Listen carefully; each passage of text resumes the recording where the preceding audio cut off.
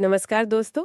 आज हम आपको उड़ीसा के ग्रामीण जीवन की एक ऐसी कहानी सुनाने जा रहे हैं जो आपके दिल में उतर जाएगी। जी, ये कहानी प्रसिद्ध उड़िया उपन्यास मलाझन पर आधारित है मलाजन। और इसे लिखा है उपेंद्र किशोर दास जी ने।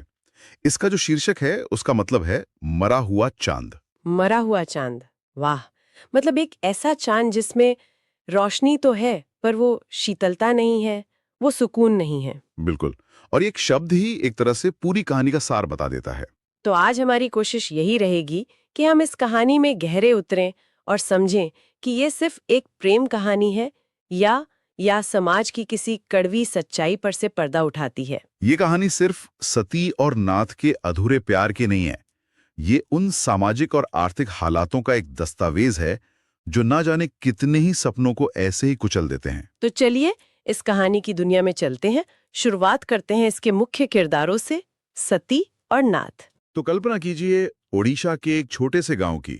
नदी बह रही है, खेत हैं, सुबह की हवा में वो गीली मिट्टी की महक घुली हुई है।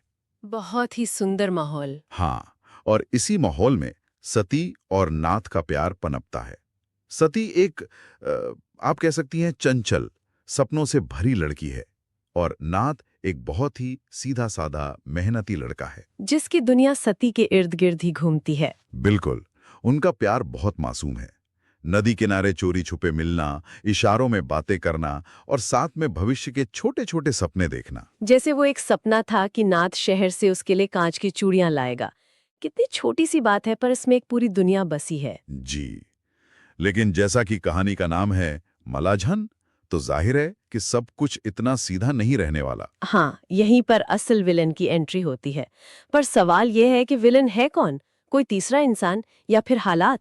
यही तो इस उपन्यास की सबसे बड़ी खूबी है। यहाँ विलन कोई एक व्यक्ति नहीं है, बल्कि पूरा का पूरा सिस्टम है। सिस्टम मतलब? उस सिस्टम का सबसे बड़ा चेहरा है गरीबी। सती का परिवार कर्ज में डूबा हुआ है, उसके पिता बीमार रहते हैं और उन पर गांव के जमींदार का भारी कर्ज है। अच्छा, तो ये गरीबी सिर्फ एक बैकग्राउंड नहीं है, ये कहानी को आगे बढ़ाती है। ये कहानी का एक एक्टिव किरदार है, एक साय की तरह है जो हर पल उनके फैसलों पर असर डाल रही है। ये तो बहुत दिलचस्प बात है। लेखक दिखा रहे हैं कि कैसे आर्थिक तंगी प्यार और सपनों पर हावी हो जाती है। ये सिर्फ एक इमोशनल लड़ाई नहीं है, ये तो अस्तित्व की लड़ाई है। बिल्कुल। और इसी गरीबी का फायदा उठाता है गांव का जमींदार। कहानी का दूसरा विलन? हाँ, वो एक अधेड़ उम्र का, अमीर और कह सकते हैं क्रूर आदमी है और उसकी बुरी नजर सती पर है। वो सिर्फ एक किरदार नहीं है, वो उस सामंती व्यवस्था का प्रतीक है जो गरीबों का शोषण करती है। और उसे पता है कि सती का परिवार कमजोर है, लाचार है, और वो इसी लाचारी को अपने हथियार की तरह इस्तेमाल करता है। जी, और वो हथियार है कर्ज। जमींदार एक दिन सती के घर आता है और उसके पिता के सामने एक बहुत ही घिनौनी शर्त रखता है। वो कहता है कि मैं सारा कर्ज माफ कर दूंगा। हाँ, वो कहता है मैं सारा कर्ज माफ कर दूंगा, बस अपनी बेटी की शादी मुझसे करा दो। और ये एक वाकया उस पूरे परिवार पर जैसे पहाड़ बनकर टूट पड़ता है। ये कोई शादी का प्रस्ताव तो है नहीं, ये तो एक सौदा है। बिल्कुल। यहाँ सती को एक इंसान के तौर पर नहीं, बल्कि एक वस्तु के तौर पर देखा जा रहा है।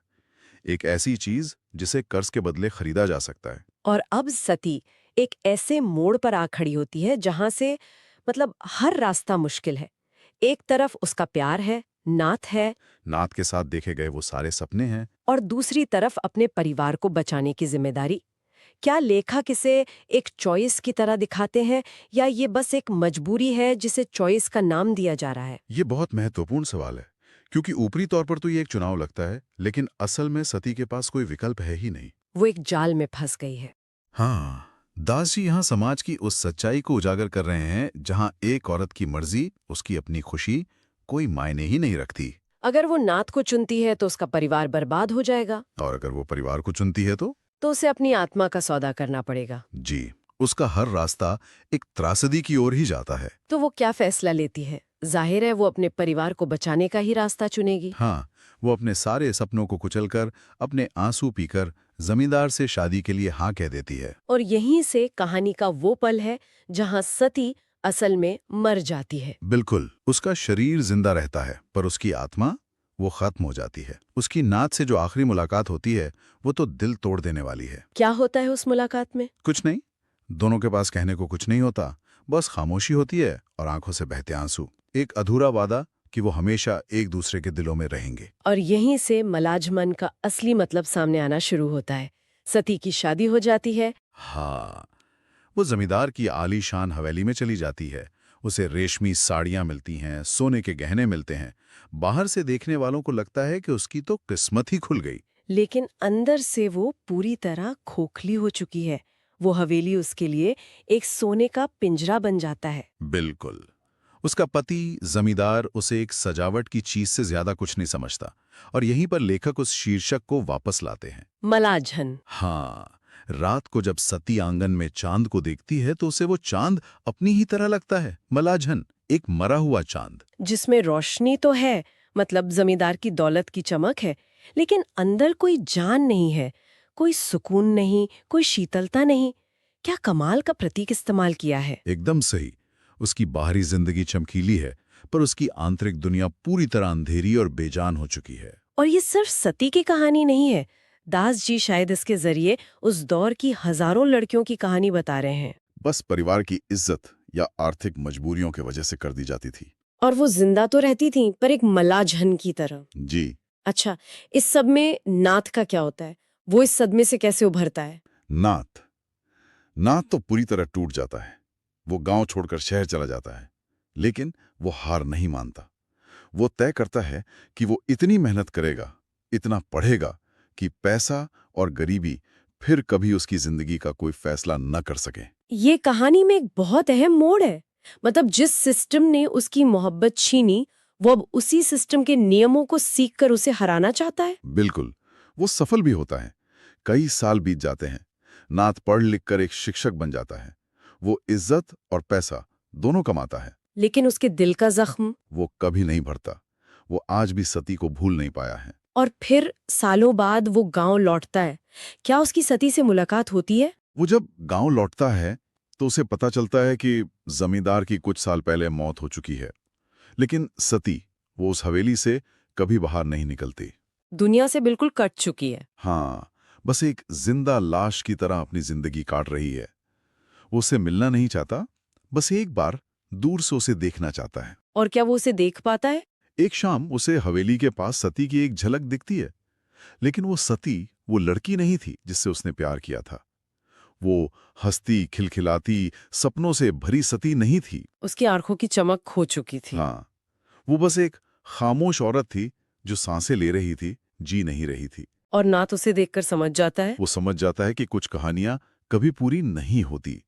वो ये भी समझ जाता है कि उसने पैसा तो कमा लिया, लेकिन वो बीते हुए वक्त को नहीं खरीद सकता। वो सती को वापस नहीं ला सकता जिसे उसने खो दिया था। उनका प्यार समाज और हालात की भेंट चढ़ गया। हाँ, और वो एक भारी दिल के साथ उस रात हमेशा के लिए गांव छोड़कर चला जाता है। वाह! मतलब ये कहानी सिर्फ एक प्रेम कहानी के तौर पर शुरू होती है, लेकिन खत्म होते होते ये एक बहुत बड़ी सामाजिक टिप्पणी बन जाती है। बिल्कुल, ये सिर्फ दो लोगों की हार नहीं है, ये एक पूरे समाज की हार है। मलाजहान हमें ये सोचने पर मजबूर करता है कि समाज के बनाए नियम, उसकी परंपराएं और ये आर्थिक असमानता, ये कैसे इंसानी जज्बात को रौंद देती हैं। सही कहा। सती का त्याग शायद महान लगे, लेकिन लेखक सवाल उठा रहे हैं कि क्या ऐसा समाज महान हो सकता है जो अपनी बेटियों से ऐसी कुर्बानी की मांग करे? और नाथ का किरदार भी बहुत कुछ सिखाता है।